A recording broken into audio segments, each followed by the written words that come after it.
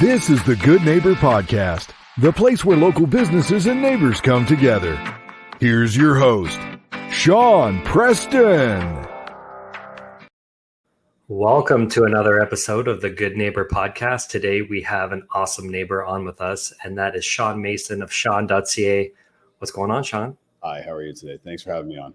No worries. Super happy to have you on board. And we spell our name the exact same way, so super cool. It's not the exact same way. It's the right way. I like you even more now. How many times you had S-H-A-W-N or S-H-A-U-G-H-N, or just do it the right way the first time? Totally, 100%. I'll tell you a funny story before we dive into it. So my mom wanted to name me Pierre. So thanks, Dad, for having my back. And then they were figuring out, how do we want to do the spelling? And they were huge Sean Connery fans, 007. And so that's the spelling where my name came from. That is exactly where mine came from, too. I think our mothers had crushes on him, obviously. And for good reason. Man was a stud in his day. All right. Why don't we dive straight into it? I'm sure listeners will want to know. Why don't you tell us a little bit about your business? Well, my name's Sean Mason. I'm the owner and founder of Sean.ca. We are a sustainable, very niche builder up in Barrie. We do pocket neighborhood designs. Right now, we're building 35 net zero ready townhouses that are all geothermal, and we're building our first 5-story condo, which is cross-laminated timber and geothermal. So we believe it's the first one in North America. It's definitely the first one in Canada. And we do everything on a pocket neighborhood philosophy. Okay, so the idea behind that is to find a kind of a corner, smaller size. Obviously, it's not anything that's going to be super big, and then put something in there with a sleek design that's going to kind of complement the aesthetics of the neighborhood. Actually, I don't actually try to complement the aesthetics of the neighborhood, because a lot of the neighborhoods were built 40 years ago, and you wouldn't be wearing the same jacket nor driving the same car from 40 years ago, or even have the same shoes from 40 years ago. So I don't really worry about that too much. I know neighbors do, and I know that everything on NIMBYism as well, it doesn't fit into the neighborhood, but those same people would not wear the same piece of clothing year to year, but they expect architectural styles to stay. I think you certainly have to adhere to regards to density and heights and types of housing, but not necessarily the architecture. A little bit different answer there for you. No, yeah, absolutely. Fair enough. You mentioned geothermal and a type of laminate that now escapes me. Can you maybe elaborate on some of those advancements that you guys are making? Well, we've been doing some really different stuff over the past couple of years. I bought a lot of land in Barrie on intensification corridors like Essa, Young, Bayfield, areas like that. And as the prior mayor, Jeff Lehman, got the planning policies revved up for implementation, which now Alex Nuttall is implementing, they're really pushing for a lot more density.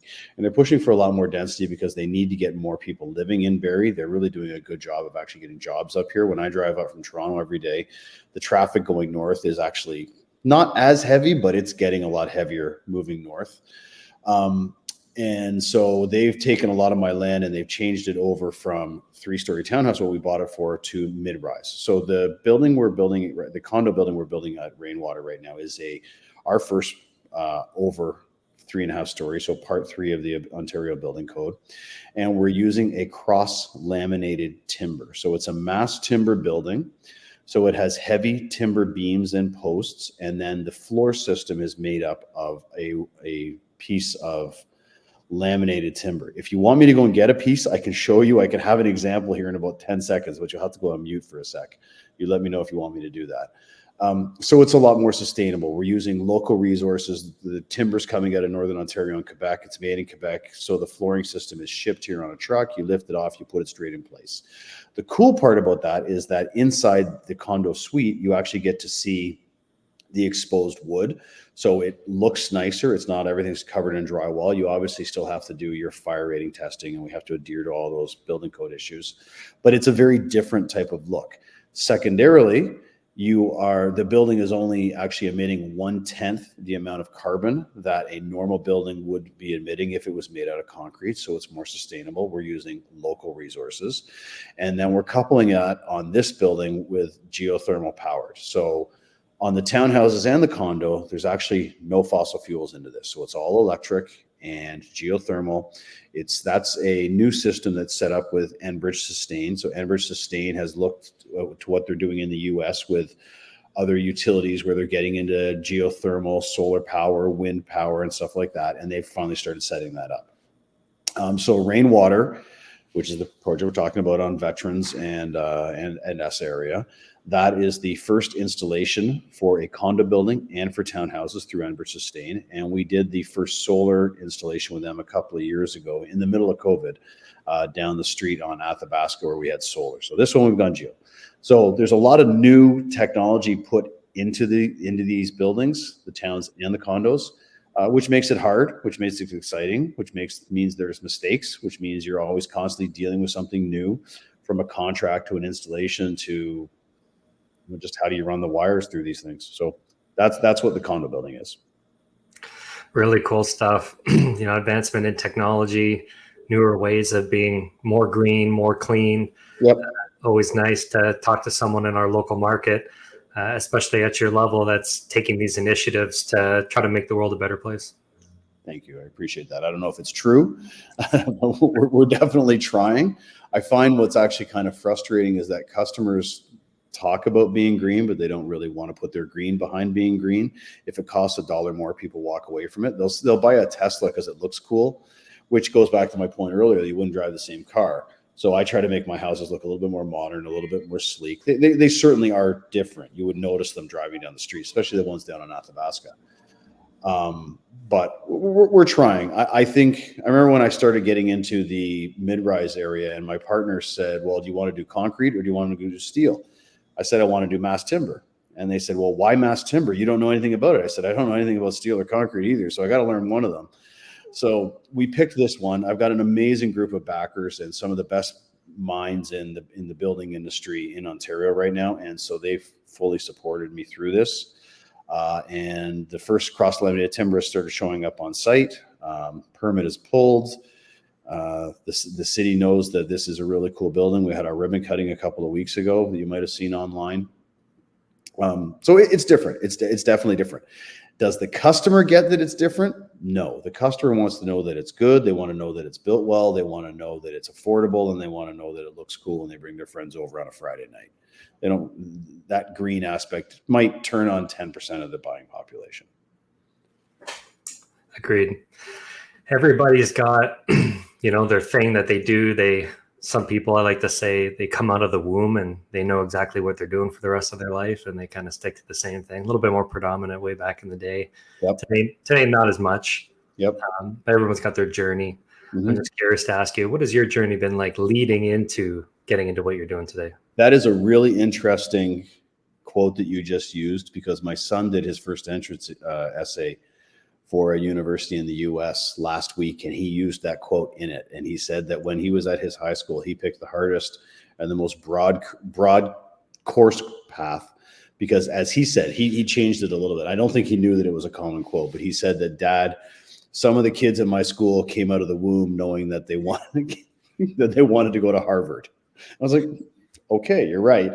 So my journey was really broad. I originally went to university. I wanted to be a theoretical physicist.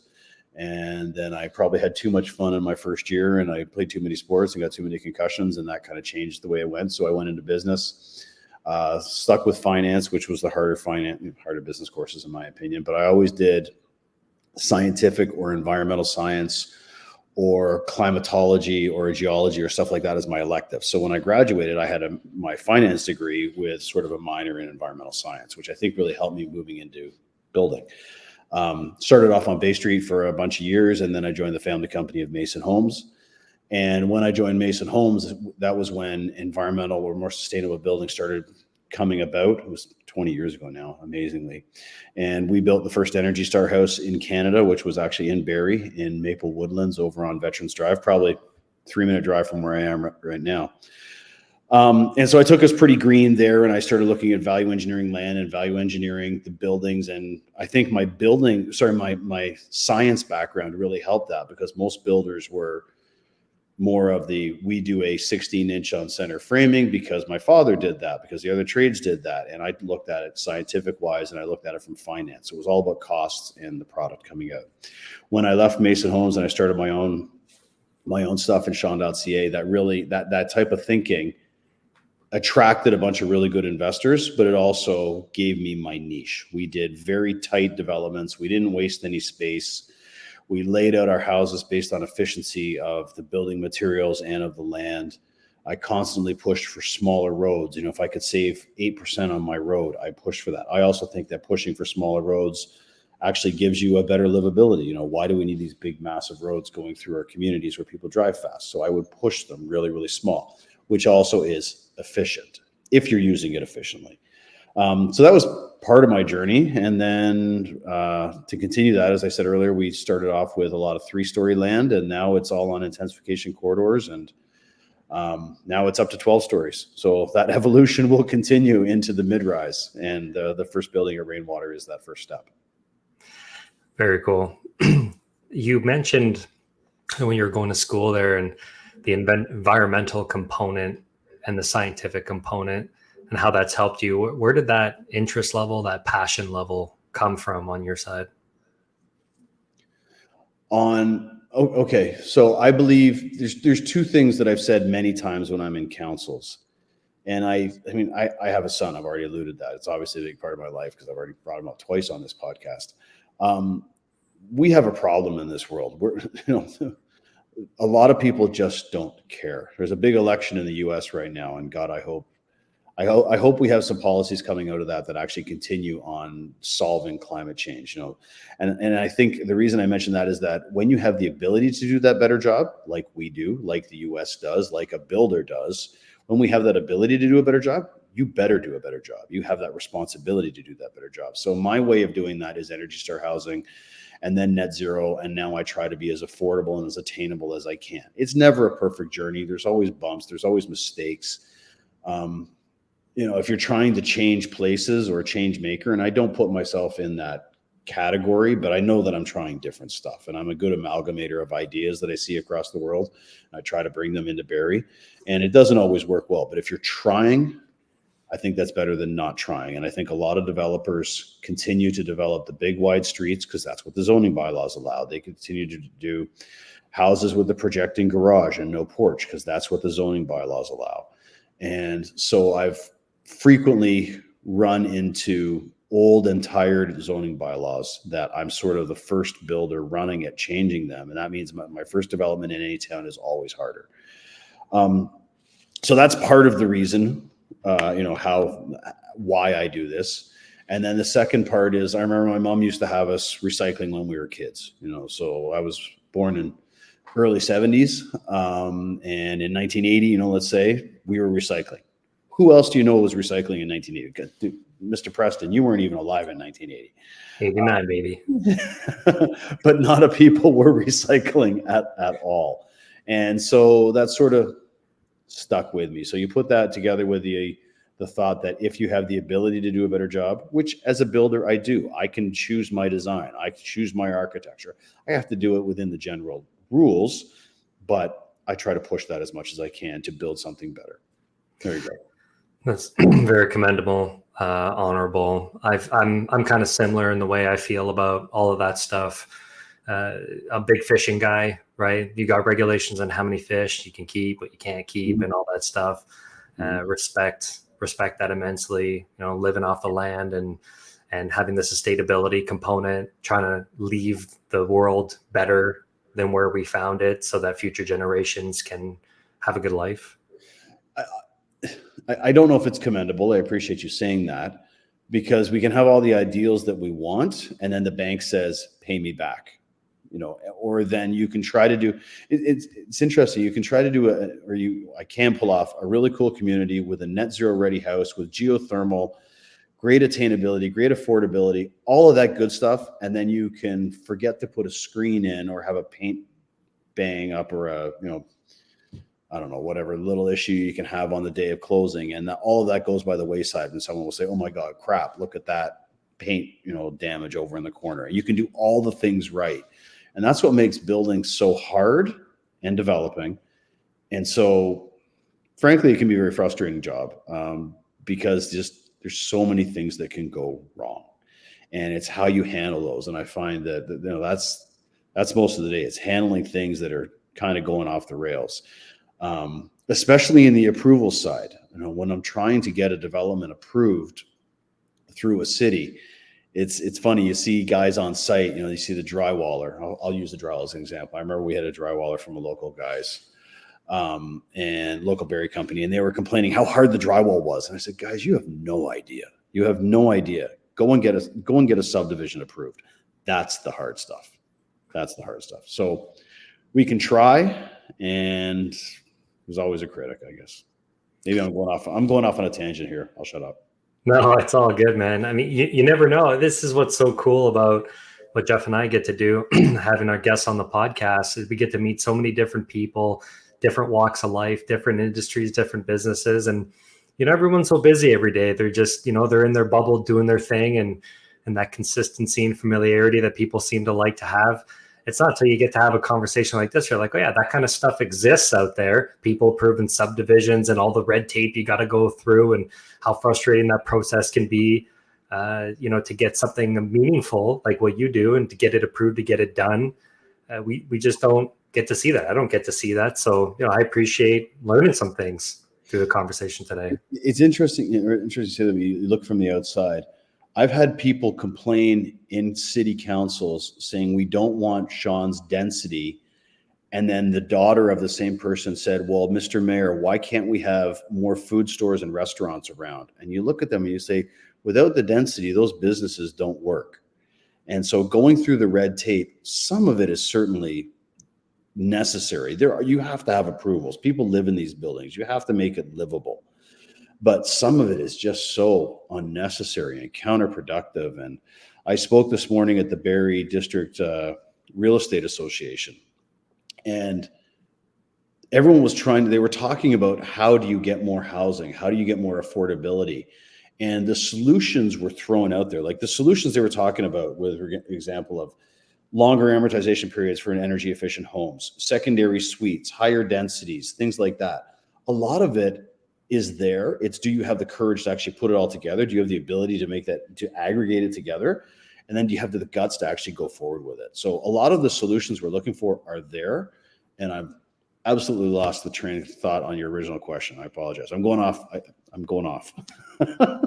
No worries. Let me ask you a question. Yep. What's a good day look like for you? Because you're mentioning a bunch of things about really how complicated the role is, the red tape that needs to be go through just to get stuff done. And it could be something really small that could really push a lot of things to the wayside. But what would a good day look like for you? My partners are always saying that I never celebrate and I never look happy.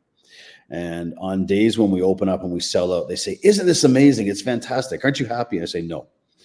The day I pay off the bank that's the good day. If I had to have the penultimate good day, it's the day I can say to the bank, I don't need to have you over top of me anymore. And everybody thinks in the general public that developers all make tons of cash and that it's all wonderful and glamorous. And you see real estate, and certainly some real estate developers live like that.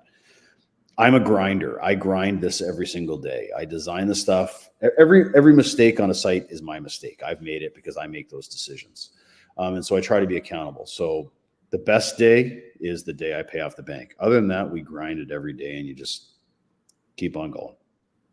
Certainly some similarities between you and I. I feel my career in the past, I'm doing a lot of grinding, started selling vacuum cleaners door to door, grinding in B2B sales for a long time, traveling across Canada, that type of thing. That's hard tough. Work pays off, man. Really does. It does pay off. And eventually, I say to my partners that we've got a lot of land in the city of Barrie. And now that all the intensification has happened, our 20 acres approximately, which was going to be 300 townhouses, which was, townhouses are profitable. Mid-rise stuff is not always profitable. That's now going to be 2,000 units. So you're going to see our name a lot more now that these zoning bylaws have been changed and the official plan is done. And I say we're going to be that 10-year overnight success. Like you're going to see the hockey stick take off, but it took 10 years to get to the inflection point. Right. It's like that. I feel like sometimes like we're that band that is toiling in, the Horseshoe Tavern or Sneaky D's downtown. And then all of a sudden they've got a radio or a record deal. But it took 10 years to get there. So I feel like we're still There's great things on the horizon. I'm really happy with the way we're building the first Rainwater condo with the cross-laminated timber and the geothermal. It is really cool, interesting stuff, but it's been a grind to get to there. Well, really looking forward to seeing that stuff come to fruition. A lot of hard work that's put behind that. In your industry, any myths, any misconceptions that you get out there? I think I already alluded that every developer is, luxuriously rich and fantastic and the life is easy, because it's not. I think, unfortunately, a myth would be that people will pay for green. They won't pay for sustainability. They just won't do it. I think they should. And I think we have a responsibility, as I alluded to earlier, to do a better job, but I don't think customers really care. They will buy a better car that has a bigger engine or a nicer leather seat, but when they're buying a house, that's a very different conversation. Those are two of the myths I think would be a challenge. I also think that a myth would be that cities and developers, or the approval agencies within the developers, are always in conflict. I hear a lot of developers complain about City Hall. And certainly, there are some complaints, but I hear a lot of them just ad nauseum say how bad City Hall is, and that's because City Hall can sometimes put restraints on them. But what I have tried to do, and I've said this to city planners when I go in, I say, if I can put my ego in my back pocket when I come in to talk to you, I can learn and I can leave hopefully being smarter and being able to navigate the rules better or do a better job. And so I think it's a myth that the cities and developers are always in a battle. I think the best developments come about by being productive and constructive and collaborative. I look at my first townhouse site on Essa Road, and if the planner inside the city had not gotten that vision that I tried to paint at the beginning, and we had worked through it together, because that was when those zoning bylaws were really old and tired, and we were dealing with a bylaw from 1980. Well, approximately 1980 didn't contemplate laneway townhouses with the front door onto a pocket neighborhood where we put the low impact development stuff underneath the ground, and you get it back as a park on top. That didn't exist. It now exists in Barrie because we pushed that. So that collaboration was very, very valuable. Didn't always go my way, although I wanted it to. Didn't always go my way. But it's a myth that builders, developers, and cities are always at each other's throats. It certainly does happen, but it's a myth that it's a myth that it can't be a productive relationship.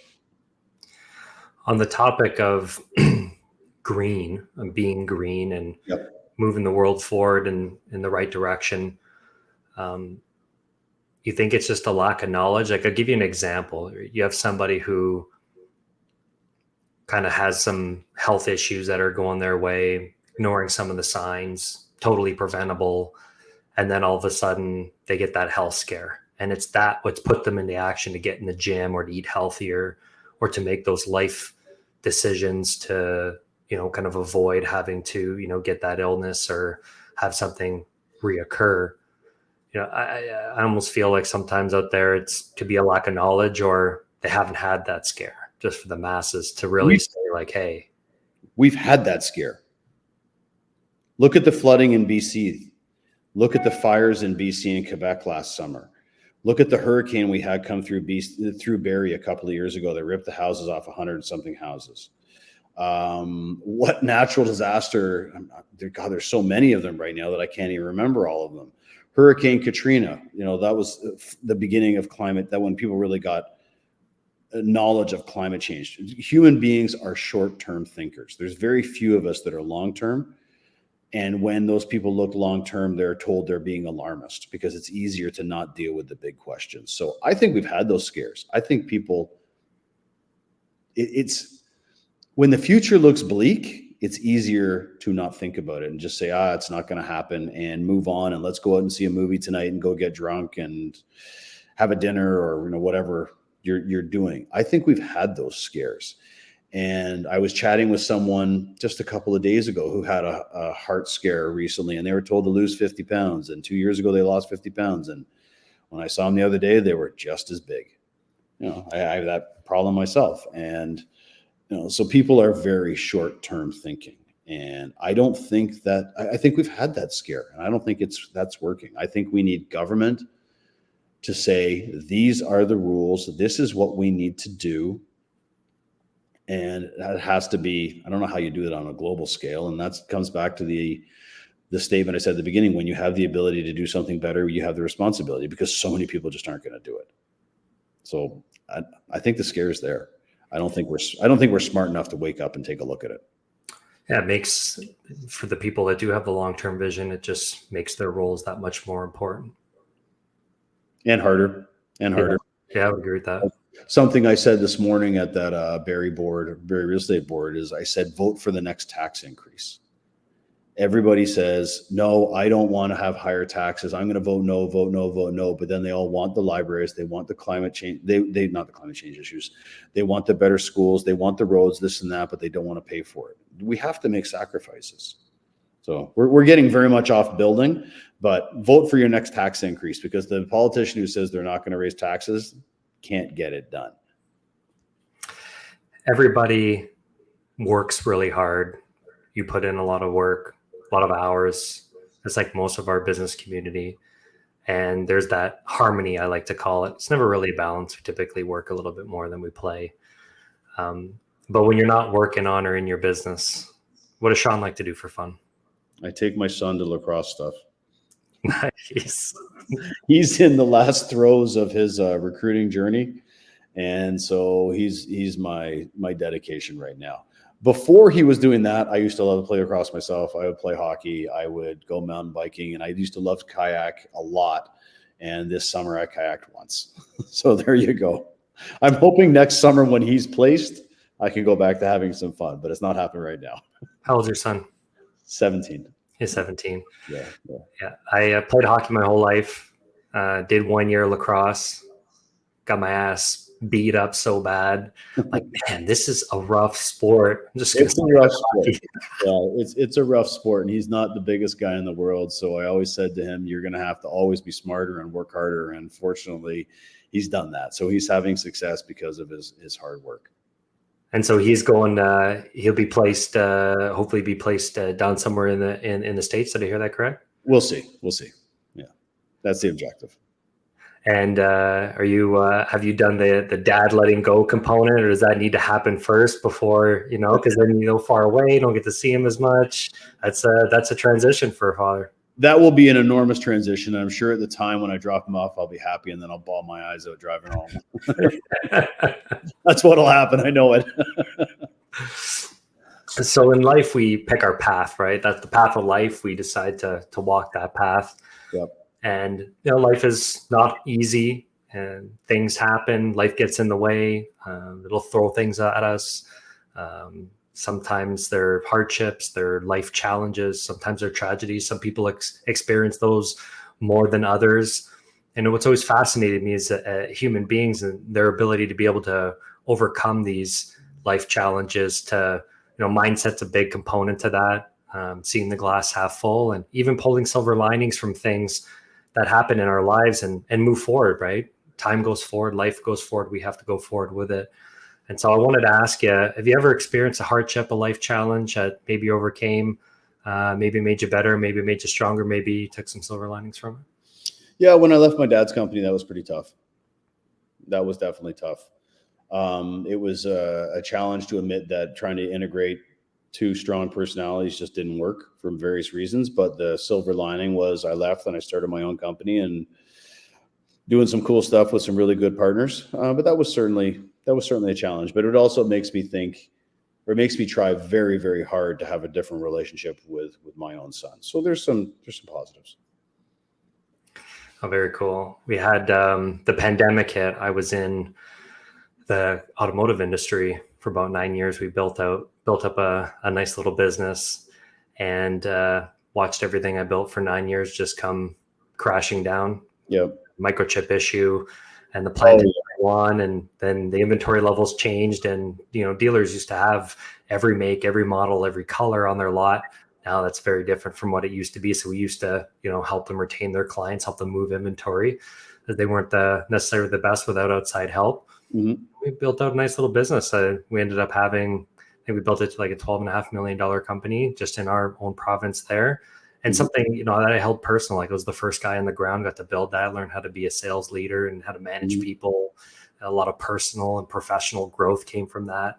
And then just nosedive all the way to the bottom. They don't even exist anymore. And then driven by something you had zero control over. Just it was that Black Swan event, and just destroyed many lives. I'm sorry you had that. No, but try to take silver linings from it, right? I mean, if that didn't happen, I mean, I wasn't necessarily the happiest guy, and you know, the way clients viewed your loyalty and just the way that the industry is, pretty cutthroat industry. Yeah. You know, got me an opportunity to build something here in our community, to be able to give back to people, strengthen and connect our business community together, take on a little bit of a leadership role within the Chamber of Commerce, and then the podcast, the goodwill that it does for everybody else. And couldn't be happier today. So silver linings and everything, it's all on how you look at it, right? And I see at least 15 awards behind you on the wall. So you're clearly doing some stuff very, very well, and it's being recognized by other parties. So good for you. Thank you. Had a pretty decent year in my first year coming into doing what we're doing. So it was a pretty cool journey. How long has it been? So we got in January of 2023 is when I started. Our podcast came out in February of this year. Just going out and trying to help our local business community through an omni-channel branding marketing approach, and taking big level marketing from like the big box, big brands, and how they take it and bring it down to our local level. Just help more small businesses be seen, be found, be trusted, earn that brand loyalty, and then do a lot of educating, because it's not simple like lead gen is. It's a little bit more complicated than that. So you know, Jeff and I have gone to books. We're almost done writing our second book. The second book is on branding, particularly. Oh wow! It's just complicated, right? So, have you ever read Zig Ziglar? He says when they zig, he zags. Yeah. I think it is Zig Ziglar. Anyways, that's the guy that I've read his marketing. I hope I got the name right. That when someone goes left, you go right, and that is something that I've tried to adhere to. Also, like, you can look. I know if, right, even now in the market, we've got our Instagram ads and our social media ads. People are always saying, "Oh, I see them," and I say to my marketing agency, I say, push as hard as you can, and if you upset 20% of the industry, 20% of the people, that's okay. Like, that's kind of where I want you to be. So push. So it's a very difficult. You've picked something very difficult, trying to get a smaller business, which would typically be reticent to be really aggressive, to actually try to, to build a brand, because it's so hard to break through. It's so hard to break through the clutter and the noise. So good for you for trying. Oh, thanks. Education's a big component, right? You don't know what you don't know. And that's just a component in the small and medium-sized business world, more so on the smaller end of things, that, I'm going to come in, I'm going to do this, and I'm good at what I do. And there's some things that are forgotten or misunderstood. And so we try to bring that educational component to everything that we do. And the more people know about this kind of stuff, the more it resonates. It's just the better off, because more people will know about their stuff, like their stuff. And eventually when they're ready to buy, they got a better chance at earning their business and then keeping the business from there. Yep. Good for you. Thanks. What would be one thing that you wish our listeners knew about your business? One thing that we build a really good home. We do build a very good home. We use fiberglass windows, exterior insulation. We do better than best practices on air sealing, so it's less drafty, more comfortable. We use all the hurricane straps that the councilors wanted everyone to use a couple of years ago and brought into the building code. We've been doing that since the beginning. We're using steel siding, steel roofs, geothermal. It's different. It's different. Our prices are still in line with the other builders, but it's definitely different. So that's something I'd like them to know. That's the building science aspect behind our houses is very important to me. There's reasons why we do what we do. It's great information to know.